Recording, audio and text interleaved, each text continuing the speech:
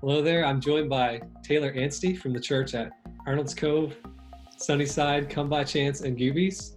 If you haven't met Taylor before, we actually did a reframe shoot with her back last summer, I think, was it, Taylor?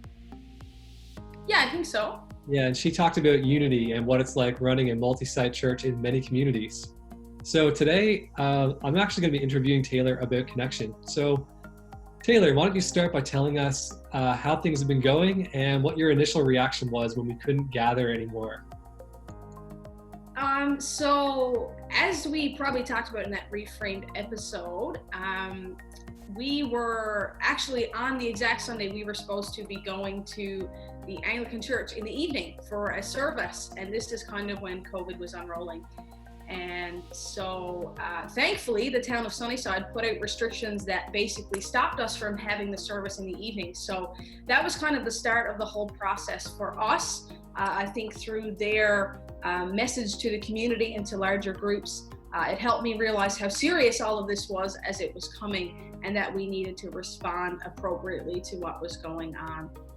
Outside of that initial kind of shock and trying to figure out what was going on, I'm maybe a bit of a strange character in the way that I was almost a little bit excited about it, not because of the damage that it would cause or the people that would be hurt and all of those things, but having to tackle something new, having to problem solve and figure it out, I get this sort of weird excitement about it because it's a new hurdle and it's a new thing, and how are we going to respond to it? And I don't think at that point I realized the magnitude of it, but still I was a little bit excited to dive into these new ways of doing things and learn about online ministry and sort of figure it out a little bit. You're right, that is very strange. But we need more strange people like that on our teams, right? Who actually enjoy problem solving and when challenges arise. So what are you guys adjusting now, and what do you feel like still needs to be adjusted? I think for me, the online world is an ever-changing thing. I think every week I'm probably saying, this was a good idea, this was not a good idea, this lighting was bad, this transition was bad, or whatever. You're kind of constantly adjusting the little things. But I think we've found, the time that we've selected to do our church services and the time that we've selected to do our kids program, and we've kind of found a groove in those ways. Those things changed fairly quickly, but the little things are in constant transition. Trying new things, trying to figure it out, and seeing where we can find the best way for people to engage in what we're doing as the church. So tell me, give me one particular. What's something that you've changed recently that you're tweaking? Well, a couple of weeks ago, in light of trying to get, increased engagement on our services, for Mother's Day, we did a service and we had a number of different kids send in little Mother's Day greetings, which worked out really well. And I thought maybe we would try to get people to comment if we would like them to pray for their mom or their grandma or them as a mother. And I had this bright idea, like just comment a heart emoji if you would like us to pray for you. And I thought, this is brilliant. And so the time came and I said it twice at different times throughout the service. And I noticed like only 2 or 3 people commented heart emojis, and I thought that really sucked, and it just didn't work. But then I realized we were getting a ton of heart reactions. So I quickly realized, what? My audience really doesn't know the lingo. I said a heart emoji, they see a pink heart at the bottom of their screen, they're clicking that thinking, that must be what she meant, and I had a good chuckle at that one. But so now I've changed that. I didn't do the emoji thing this week, but I did try to get people to greet each other in the comment section and say, hi. They're quite aware of who's attending because those little green bubbles are coming up and saying who's watching. So I encouraged people to say hi to someone they haven't seen in a while in the comment section, just kind of like a foyer experience, if you will. That went a lot better. So still tweaking, still figuring it out. Yep. I have a friend in the Alberta district who says tweak every week. I like that. Oh, It kind of gives you the mindset that you're always changing something, always going to be adjusting something. Yeah. Yeah. Your best service doesn't have to be now. Your best service should keep being every week. Yeah, exactly. So there are a lot of pastors talking about views, because obviously when all this happened, we had this explosion of viewership, and even churches that maybe had 20, 30 people now have hundreds of views on their videos.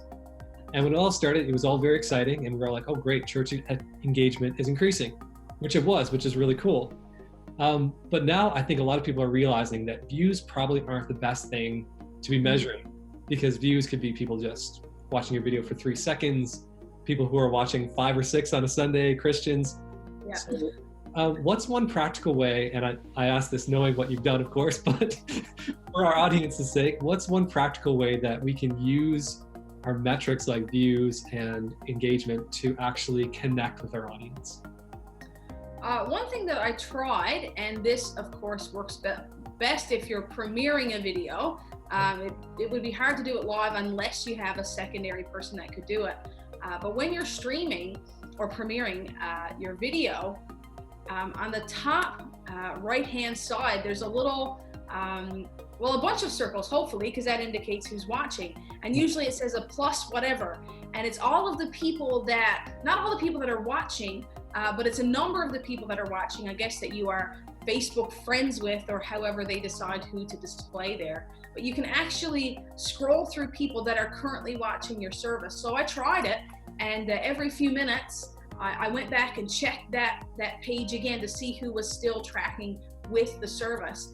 And from that, I got a number of names that were not members of our church, were not, Christians from another community far away, but people that were actually part of our area that were not typically churchgoers, but were engaging and watching our service. Whether or not they were commenting, I could still see that they were watching basically for the long haul. And I think that's a great way because some people don't feel like commenting. Honestly, some people don't know how to comment. Mm-hmm. So if you can see that they're engaging in watching for an extended period of time, you can connect with them outside of the service. Give them a phone call if that's your preference.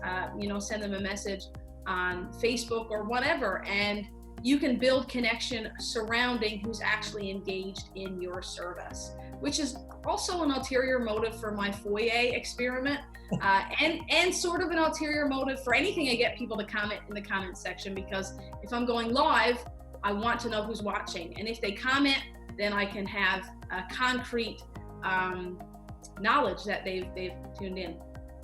Yeah, I think it's really important too. You said it a number of times, like the goal is connection. The goal is, as it always has been for the church, that there will be people who maybe even during the season wouldn't have walked into a church, but they'll track with you online because they know who you are, or they know what your church is, or and that won't always happen through just tracking views. But I think there are practical things we can do to still engage and even reach lost people. Absolutely.